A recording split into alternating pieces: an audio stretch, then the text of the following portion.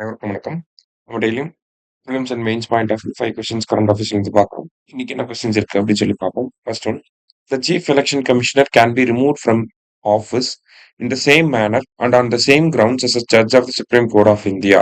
அதாவது உச்சநீதிமன்ற நீதிபதியை நீக்கக்கூடிய அதே நடைமுறையின் பேர்ல தான் நம்ம சீஃப் எலெக்ஷன் கமிஷனரையும் ரிமூவ் பண்ண முடியும். சரிங்களா? ஃபர்ஸ்ட் ஸ்டேட்மெண்ட் வந்து கரெக்ட் தான் நமக்கு. Other election commissioners can be removed from office only on the recommendation of chief election commissioner. Other election commissioner, regional commissionersலாம் இருப்பாங்க. ஸோ அவங்களையெல்லாம் ரிமூவ் பண்ணணும்னா அதுக்கு சீஃப் எலெக்ஷன் கமிஷனரோட ரெக்கமெண்டேஷன் இருந்தாதான் அவங்களையெல்லாம் ரிமூவ் பண்ண முடியும். ஆனா சீஃப் எலெக்ஷன் கமிஷனரை ரிமூவ் பண்ணணும்னா சுப்ரீம் கோர்ட் ஜட்ஜோட ரிமூவல் ப்ராசஸ் என்னவோ அப்படியே இவருக்கு அப்படியே அப்ளிகபிள் ஆயிரும். ஓகேங்களா? ரெண்டு ஹவுஸ்லயும் கொண்டு வரலாம். ஸ்பீக்கர் அக்செப்டும் பண்ணலாம், ரிஜெக்டும் பண்ணலாம். ஸ்பீக்கர் அக்செப்ட் பண்ணாங்கன்னா ஒரு கமிட்டி போடுவாங்க.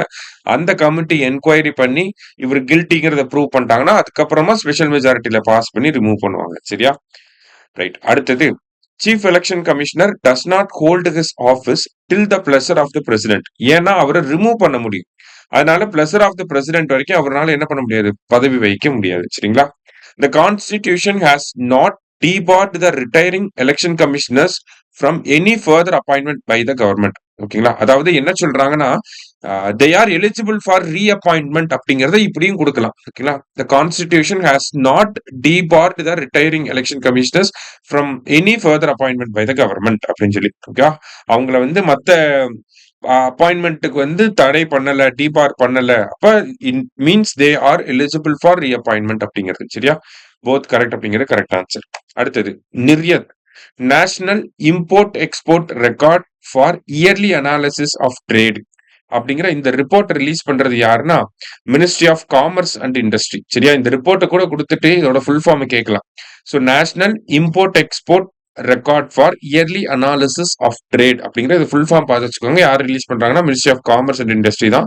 ஸோ இந்த ரிப்போர்ட்டை பேஸ் பண்ணி தான் நமக்கு ட்ரேட் ரிலேட்டடான டேட்டாவெல்லாம் நமக்கு எக்கனாமிக் சர்வேல எல்லாம் கொடுக்குறாங்க இல்லையா? அந்த டேட்டாவை எல்லாமே இந்த ரிப்போர்ட்ல இருந்து எடுப்பாங்க.